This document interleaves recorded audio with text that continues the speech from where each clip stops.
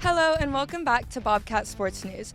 I'm Kendall Wilson and I'm at the intramural field where the men's club soccer team played against Florida with a final score of 4-0. Joining me today is Chase Nelson, and we're going to talk about the highs and lows of the game and overall how these Bobcats are preparing for their future matches. To start, do you want to tell me how y'all prepare for a big game such as this?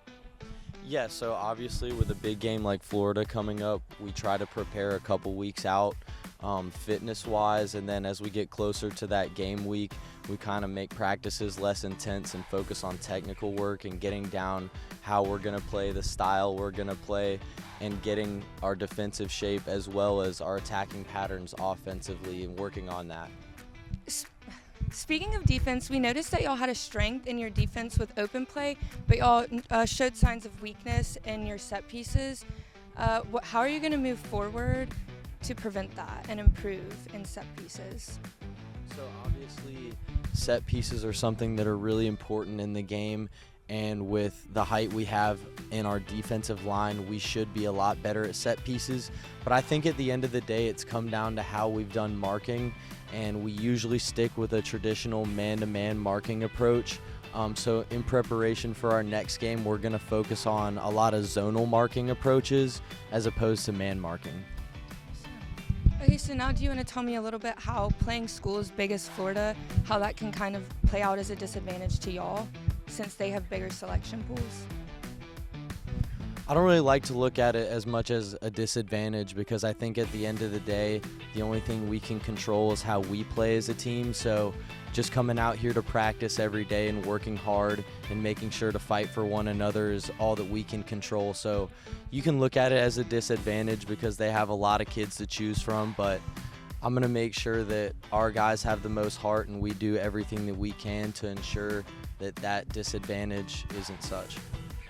Beyond the scoreboard, from your perspective, what players or plays in general do you think truly did show the grit and identity of what you want the team to be as president?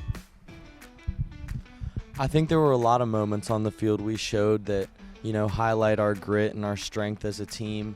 I think from open play, we don't let much get through because we're always making sure to cover our spaces and be in the right places that we need to be, and that just comes from our approach and not being lazy and making sure everybody does their duties on the field.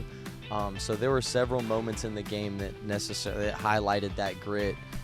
As a senior, you know that losses are just a part of the game. What advice do you want to give to your fellow teammates about how to cope with losses such as this?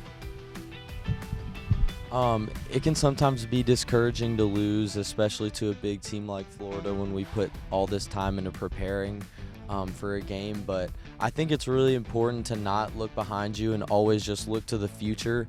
We're constantly improving every single time we step out on the field to practice, and we give our 100%.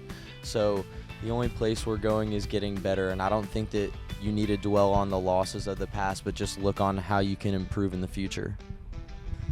Thank you so much, Chase, for coming out here and giving us a little bit of the behind the scenes of Saturday's game, and we look forward to see how y'all are going to bounce back